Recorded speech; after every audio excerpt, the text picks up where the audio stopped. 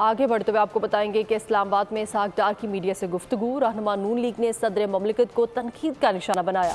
कहा कि असम्बली इजलास बुलाने पर आइन वाज़े है। आरिफ अलवी कहते हैं कि ऐवान मुकम्मल नहीं हुआ, सदर ममलिकत एक बार फिर आइन शिकनी करना जा रहे हैं। इसहाक डार कहते हैं कि 29 फरवरी को कौमी असम्बली का इजलास होना ही होना है। से जो खेल खेला जा रहा है, एक अच्छा ट्रेडिशन हम नहीं कायम कर रहे। ये चाहिए था कि बड़े ग्रेसफुली इसको मैटर को हैंडल किया जाता। 26, 27, 28 तो उनका प्रोग्रेस था।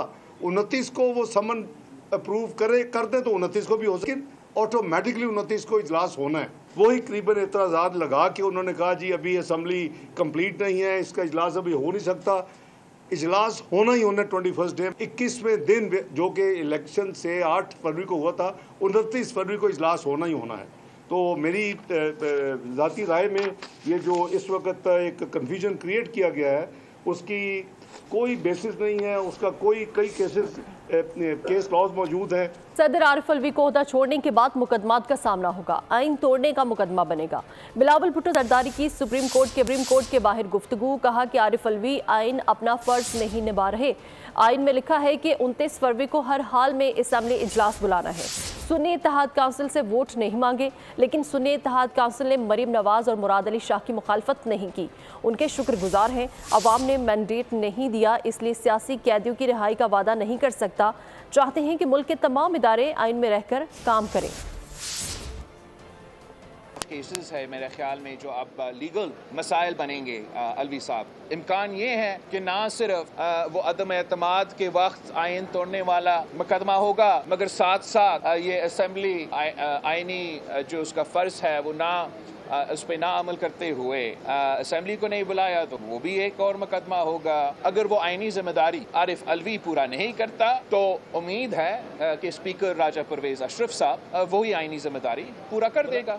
वैसे हम सुन्नी इत्तेहाद काउंसिल के बहुत शुक्रगुजार है कि इन्होंने तो मरियम नवाज साहिबा को भी अनअपोज चीफ मिनिस्टर इलेक्ट करवा दिए हैं। इन्होंने चीफ मिनिस्टर मुराद अली शाह साहब को अब तो उसका मुखालफत अभी नहीं की। शहबाज शरीफ साहब भी तकरीबन अनअपोज ही उनका फिर यूनानिमस वज़ीर आज़म बनता जा रहा है। अगर आप चाहते हो कि दूसरे इदारे कि वो अपने दायरे में रह के काम करे तो सबसे पहले इस मुल्क के सियासतदान को ये फैसला करना पड़ेगा कि हम अपना सियासत के दायरे में रह के करें। अगर हम सियासत के दायरे से बाहर जाके अपने सियासत करेंगे, कभी कोई मेनाइंत की शक्ल में किसी एक इदारा पे हमला करेंगे, किसी और इदारा से ये उम्मीद रखे कि वो अपने दायरे में रह के काम करेंगे, तो दूसरा हमें ये करना है कि सियासतदानों को ये फैसला करना पड़ेगा, ये तय करना पड़ेगा कि हम एक दूसरा का इज्जत करने शुरू कर देंगे। इंतकाल इक़्तिदार के लिए कब क्या होगा? हुक्मरान इत्तेहाद ने कौमी असम्बली सेक्रेटेरिएट के साथ मिलकर तारीखें तय कर ली।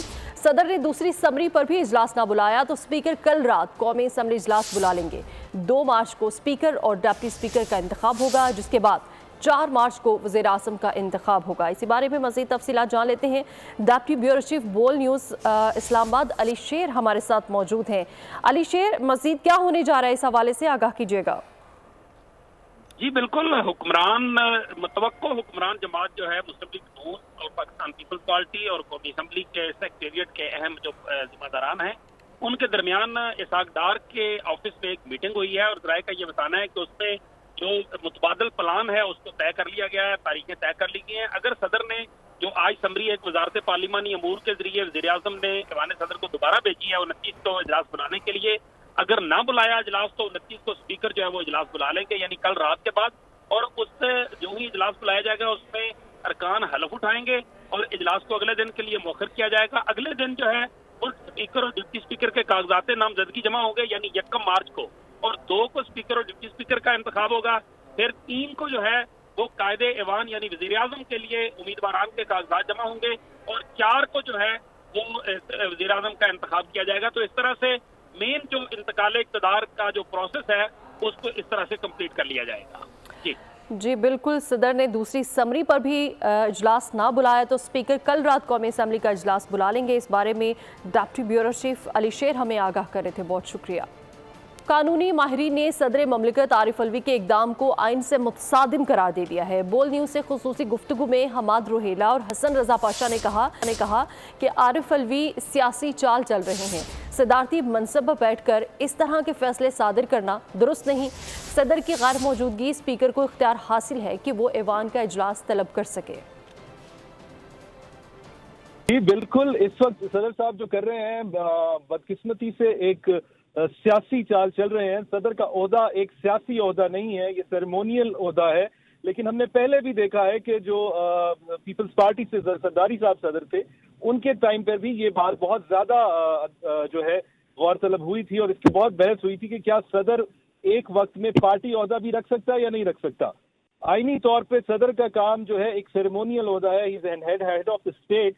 उनको इस चीज का इस्तेकाद नहीं कि वो इस कुर्सी को किसी सियासी मकासद के लिए इस्तेमाल करें। स्पीकर इजलास उस सूरत में तलब कर सकता है जब सदर की अवेलेबिलिटी ना हो। देखें, सदर मुमलिकत का जो एक मनसब है वो आईनी है और आईने पाकिस्तान की रूह से प्राइम मिनिस्टर ऑफ पाकिस्तान के दी गई एडवाइस पे अमल करना ज़रूरी है उन पे, और कोई ऐसी बात नहीं है कि वो उस एडवाइस को ना माने। अब जो इन्होंने नहीं बुलाया तो जो रीजनिंग दी है कि असेंबली मुकम्मल नहीं है तो इसलिए मैं नहीं बुलाता, ये मैं समझता हूँ कि ये इंतहाई गैर मुनासिब है। तो ये जवाज़ बना के असेंबली का इजलास ना बुलाना ये कोई इतना मुनासिब नहीं है। कोई और बात होती तो शायद वो कर लेते, लेकिन ये जस्टिफिकेशन कोई प्रॉपर नहीं है। सदारती इंतखाब कब होगा? इलेक्शन कमीशन शेड्यूल 1 मार्च को जारी करेगा। पब्लिक नोटिस का भी साथ ही इजरा होगा। उम्मीदवार कागजात 2 मार्च की दोपहर तक जमा करा सकेंगे। सदारती इंतखाब के लिए मतलूबा इलेक्टोरल कॉलेज 29 फरवरी को मुकम्मल हो जाएगा। आइन के तहत आम इंतखाबात के 30 रोज़ में सदारती इलेक्शन लाजमी है।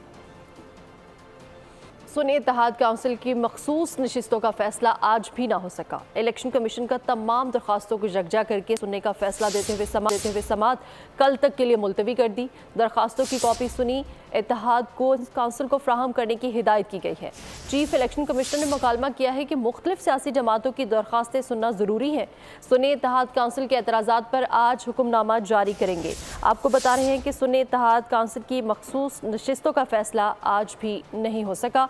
इलेक्शन कमीशन का तमाम दरखास्तों को यकजा करके सुनने का फैसला देते हुए समाअत कल तक के लिए मुलतवी कर दी। सुन्नी इत्तेहाद कौंसिल को मखसूस नशिस्तें मिलेंगी या नहीं, फैसला आज भी ना हो सका। नून लीग, पीपल्स पार्टी और MQM सुन्नी इत्तेहाद कौंसिल की मखसूस नशिस्तें लेने इलेक्शन कमीशन पहुंच गई। बैरिस्टर अली जफर ने दलाइल दिए कि किसी को हक नहीं कि मेरी नशिस्त ले। मखसूस नशिस्तों की दरख्वास्त भी मौजूद है। रहनुमा PTI बैरिस्टर गौहर ने कहा कि हमारी दरख्वास्त भी समाअत के लिए मुकर्रर करें। आजम नजीर तारड़ ने अपने दलाइल में कहा कि सुन्नी इत्तेहाद कौंसिल ने एक भी सीट नहीं जीती। कुछ आजाद अरकान को इकट्ठा करके कैसे मखसूस नशिस्त दी जा सकती है? ये ऐसी जमात के जरिए आए हैं जिनको अवाम ने मुस्तरद किया। उन्होंने पहले मखसूस नशिस्तों के लिए दरख्वास्त जमा नहीं कराई। सुन्नी इत्तेहाद कौंसिल पार्लिमानी जमात नहीं। चीफ इलेक्शन कमिश्नर ने कहा कि ये मामला फैसले के लिए इलेक्शन कमीशन पर छोड़ दें। चीफ इलेक्शन कमिश्नर ने तमाम दरख्वास्तें यकजा करते हुए केस की समाअत कल तक मुलतवी कर दी। जब तक मखसूस नशिस्तों का फैसला ना हो कोई सेशन नहीं हो सकता। पंजाब और सिंध असेंबली का सेशन गैर कानूनी तरीके से हुआ। मखसूस नशिस्तों के फैसले के बाद कोई सेशन नहीं हो सकता। बैरिस्टर गौहर की दीगर जमातों से हिम्मत करने और केस में फरीक बनने की अपील। कहा, इलेक्शन कमीशन के किसी फैसले ने हमारी आईनी और कानूनी डिमांड्स को पूरा नहीं किया। उम्मीद है इलेक्शन कमीशन इस बार इंसाफ करेगा। आवाम ने मैंडेट दिया है, इलेक्शन कमीशन भी आवामी मैंडेट को मद्देनजर रखते हुए फैसला सुनाएगा। लिखा है कि हर आज़ाद उम्मीदवार के पास हक है वो 3 दिन के अंदर अंदर अपने नोटिफिकेशन है जिस भी पॉलिटिकल पार्टी का लफ्ज़ लिखा हुआ है, जिस भी पॉलिटिकल पार्टी को वो ज्वाइन करे, उनकी स्ट्रेंथ पे एलोकेशन रिजर्व सीट उनके पास मिलेगी। जब अवाम ने अपना फैसला 8 तारीख को सुनाया है तो हमें उम्मीद है इंशाअल्लाह ताला इस मरतबा इलेक्शन कमीशन भी अवाम के सुमिंगों का ख्याल रखते हुए ये भी अपना फैसला सुनाएंगे। ये रिजर्व सीटें सुन्नी इत्तेहाद कौंसिल की है कि कोई भी फोरम जब तक रिजर्व सीटों का फैसला ना हुआ हो तो कोई भी सेशन नहीं हो सकता। पंजाब का सेशन गैर कानूनी तरीके से हुआ है, सिंध असम्बली का सेशन गैर कानूनी तरीके से हुआ, नेशनल असम्बली का सेशन अगर होगा वो भी गैर कानूनी तरीके से होगा। पीपल्स पार्टी और नून लीग का इलेक्शन कमीशन में जाकर हमारी सीटें मांगना गैर जमहूरी और गैर आईनी है। सियासी जमातों का कोटे से हटकर मखसूस नशिस्तें क्लेम करना गैर आईनी इक़दाम है। बैरिस्टर अली जफर का सेनेट में इजहार ख्याल, कहते हैं कि आइन में वाज़ेह है कि जिस जमात की जितनी नशिस्तें हैं उसके मुताबिक उन्हें मखसूस नशिस्तें मिलेंगी। इलेक्शन कमीशन फैसला करे।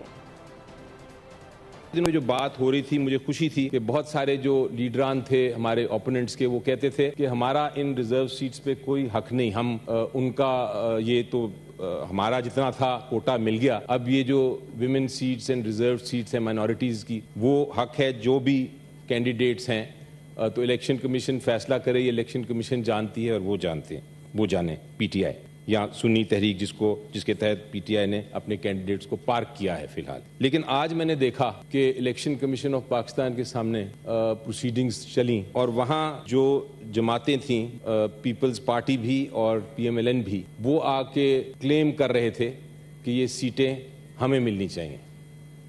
ये इतनी गैर जमहूरी और अनडेमोक्रेटिक ये स्टेप है जो मुझे उम्मीद नहीं थी इन पॉलिटिकल पार्टी से कि ये भी रेज करेंगे। तो मैं ये पॉइंट ऑफ ऑर्डर इसलिए लेके आया हूँ कि ये रिकॉर्ड पे आ जाए। मखसूस नशिस्तें उन जमातों के लिए होती हैं जो कामयाब होकर पार्लियामान में आती हैं। मखसूस नशिस्तों के कोटे पर नजरसानी होगी तो ये नशिस्तें दीगर जमातों को मिलेंगी। कानून में कहीं नहीं लिखा कि 10-12 सीटें खाली हों तो असेंबली मुकम्मल नहीं। आजम नज़ीर तारड़ की इलेक्शन कमीशन के बाहर गुफ्तगू, कहते हैं कि आइन की पामाली करते हैं, फिर मीडिया के सामने रोना रोते हैं, फिर खुद ये इल्तवा मांगते हैं। ख़वातीन की और जो हमारी अक़लियतों की मखसूस नशिस्तें हैं वो दे दी जाएँ जिस जमात ने आम इंतखाबात में हिस्सा नहीं लिया, और ऐसी सूरत हाल को सामने रखते हुए फिर सुन्नी इत्तेहाद काउंसिल के जो पिटिशनर हैं उन्होंने वक्त मांगा है इलेक्शन कमीशन से एडजर्नमेंट के, जी कल के लिए फिर आप इसे फिक्स कर दें। बड़ा शोर मचाया जा रहा है कि जी इलेक्शन कमीशन फैसला नहीं करता, असम्बलियों में नहीं जाते कि जी असम्बलियाँ नामुकम्मल हैं, लेकिन जब बात जुडिशल डिसीजन की आती है तो ख़ुद उन्होंने इल्तवा मांगा और उन्होंने कहा कि इसे कल के लिए फिक्स कर दिया जाए। जो मखसूस नशिस्तें हैं आइन के आर्टिकल 51, आर्टिकल 106(3) और आर्टिकल 224(6) के प्रोवाइज़ो के तहत उन सियासी जमातों को मिलेंगी जिन सियासी जमातों की नंबर 1 पार्लियामेंट्री प्रेजेंस है, यानी वो जीत के इलेक्शन असम्बलियों में आए हैं और इन्होंने बगैर सोचे समझे सुन्नी इत्तेहाद काउंसिल को ज्वाइन कर लिया। अब ये तो देखना चाहिए था ना कि पार्लियामान के अंदर किस सियासी जमात की प्रेजेंस है। आप आइन को भी बाईपास करें, कानून को भी बाईपास करें और उसके बाद मीडिया के सामने मजलूमियत का रोना रोते हैं। आगे बढ़ते हुए आपको बताएंगे कि सरफराज बुगटी सेनेट की नशिस्त से मुस्ताफी हो गए हैं। इस्तीफा चेयरमैन सेनेट सादिक संजरानी ने मंजूर कर लिया है। बलोचिस्तान अवामी पार्टी के सेनेटर प्रिंस उमर अहमद जई भी ऐवान बाला की नशिस्त से मुस्ताफी हो गए हैं। सरफराज बुगटी सेनेट की नशिस्त से मुस्ताफी हो गए। गवादर में घंटों मूसलाधार बारिश से निज़ाम ज़िंदगी मफलूज हो गया है। ईरान और पाकिस्तान के सरहदी इलाकों में शदीद बारिश से सैलाबी सूरत हाल पैदा हो गई है। माशकिल और गिरदोनवाह में मवासलाती निज़ाम मुअत्तल होकर रह गया है, जबकि मुतादिद शहरों का आपस में ज़मीनी राब्ता भी मुनक़ता हो चुका है। तूफ़ानी बारिश के बायस पानी घरों में दाखिल हुआ, जिससे लोगों को मुश्किलात का सामना है। और मज़ीद आपको बताएं कि कोयटा समेत बलूचिस्तान के मुख्तलिफ इलाकों में बर्फ़बारी का सिलसिला जारी है। शहरी दूर दराज इलाकों से बर्फ़बारी से लुत्फ़अंदोज़ होने के लिए कोह चल्तन का रुख कर रहे हैं, जहां तकरीबन 1 फुट से ज़ायद बर्फ़ पड़ चुकी है। मज़ीद तफ़सीलात जानेंगे इस बारे में दानिश मुराद से। जी दानिश। जी, कोयटा समेत बलूचिस्तान भर में बर्फ़बारी और बारिशों का सिलसिला इस वक्त भी जारी है। इस वक्त मैं कोयटा के जो मशहूर तफरीही मकाम है कोह चिल्तन के दामन में मौजूद हूँ, जहाँ शहरियों की बड़ी तादाद आज भी उमड़ आई है और वो न सिर्फ बर्फ़बारी को एंजॉय कर रहे हैं बल्कि अपने दोस्तों यारों के हमरा यहाँ पर आकर इस दिन को जो है वो खूब महसूस होने की इस दिन से कोशिश कर रहे हैं और बर्फ़बारी को एंजॉय कर रहे हैं। मेरे साथ चंद शहरी भी मौजूद हैं। सर, क्या कहेंगे, बर्फ़बारी है, कितना एंजॉय कर रहे हैं? माशाल्लाह, जिस दफ़ा तो मिसाल बहुत बर्फ़बारी हुई चल्तन पहाड़ में, मिसाल हम लोग बहुत खुश हैं हम लोगों ने जब सुबह से पिकनिक बनाया तो इसी समझता है कि बर्फबारी इंशाल्लाह ज़्यादा होगी। जब हम लोग यहाँ पहुँच गए तो और खुश होगी, क्योंकि हम लोगों के ख्याल थी कि कल से बर्फबारी ख़त्म हुई, मगर ख़त्म नहीं हुई। बर्फबारी इसी तरह है, बिल्कुल लोग बहुत इंजॉय कर रहे हैं माशाल्लाह। बहुत खूबसूरत मौसम है, लोग बिल्कुल हर तरफ से ऐसी शिकस्त बनी हुई है कि बिल्कुल टोटल कोयटे के लोग यहाँ पे आ रहे हैं मिसाल, माशाल्लाह बहुत इंजॉय कर रहे हैं। जो इस पहाड़ का दामन है यहाँ पर तो लोगों की बड़ी तादाद आएगी, चूँकि बलूचिस्तान में क्वेटा में बड़े अरसे बाद बर्फबारी हुई है, तो लोग इसे उससे जो है वो महसूस होने की भरपूर कोशिश कर रहे हैं जी। और गैस की बढ़ती हुई कीमतों ने आवाम के होश उड़ा दिए हैं। लोग इस माह आने वाले गैस के बिल्स को देखकर सख्त परेशान हैं। इस हवाले से देखते हैं ब्यूरो हेड सखर शाहिद अली की ये रिपोर्ट। मुल्क की आवाम किस किस को रोएं। बिजली के यूनिट्स तो महंगे थे ही, अब गैस के नरखों में इजाफे की बुरी खबर भी आ गई। गैस के माहाना बिलों ने घरेलू सार्फिन के होश उड़ा दिए। अब ये गैस का इतना महंगा बिल कौन भरेगा? इतनी आमदनी नहीं है कि हम गैस का बिल भर सकें, और लकड़ी पे जाते हैं तो वो भी 600 और 700 रुपये मरने, बहुत जीना जंजाल हो गया है। 6000, 7000, 8000, 20-20, 15-15 हज़ार बिल आया है लोगों का। अब ये समझ में बात नहीं आ रही है कि अब लोग खुदकशी करें, कहाँ जाएं? कमर्शियल सार्फिन भी महंगे बिल पर बिल आ गए। 50,000 रुपये का बिल आता था महीने का, अभी एक महीने का 1,43,000 रुपये बिल आया है। अब बोलते किसी का 2.5 लाख का है, किसी का 2 लाख का है। पाकिस्तान में अवाम पत्थर दौर की जानिब लौट रहे हैं, जहाँ आग जलाने के लिए लकड़ियाँ चलाई जाती थीं। माहाना गैस के बिल इस कदर ज़्यादा आ रहे हैं कि तमाम लोग परेशान नजर आते हैं। कैमरामैन बिलावल भट्टी के साथ शाहिद अली, बोल न्यूज़, सखर। और अब बात करेंगे PSL सीजन 9 की। तो कराची में PSL सीजन 9 का मेला कल सजेगा। कराची किंग्स और इस्लामाबाद यूनाइटेड की टीम्स की क्या तैयारियां हैं, ये जानेंगे बोल न्यूज़ की नुमाइंदा सना आरिफ से, जो नेशनल स्टेडियम में मौजूद हैं। जी सना आरिफ, बताइएगा। जी बिल्कुल, PSL सीजन 9 का मेला कराची में सजने को बिल्कुल तैयार है। टीम्स की जो है वो तैयारियां अपने उरूज पर हैं। जो नेशनल स्टेडियम का स्टाफ है उसने भी तैयारियां मुकम्मल कर ली हैं। टीम्स की प्रैक्टिस जो है वो मुसलसल जारी है। 28 फरवरी 2024 को PSL का 15वां मैच जो है वो कराची के नेशनल बैंक स्टेडियम में होने जा रहा है, जो कि कराची किंग्स और इस्लामाबाद यूनाइटेड के दरमियान खेला जाएगा। कराची किंग्स का ये चौथा मैच होगा, जबकि इस्लामाबाद यूनाइटेड का ये 5वां मैच होगा। कराची किंग्स अपने 3 में से 2 मैचेस जीत चुकी है। इस वक्त मेरे कप में आप देख सकते हैं कि कराची किंग्स की जो टीम है वो आज दोपहर से ही कराची के नेशनल बैंक स्टेडियम के ओवल ग्राउंड में जो है वो अपनी ट्रेनिंग सेशन जो है वो उनका जारी है। टीम बहुत भरपूर अंदाज में ट्रेनिंग कर रही है, कल के मैच के लिए खुद को प्रिपेयर कर रहे हैं। जबकि इस्लामाबाद की टीम जो है वो कराची आज रात तक पहुंच जाएगी। ट्रेनिंग सेशन का उन्होंने कोई भी एहतमाम नहीं किया है, जबकि कल वो डायरेक्टली जो है वो कराची के नेशनल बैंक स्टेडियम में कराची किंग्स का जो है मुकाबला करने के लिए उतरेंगे।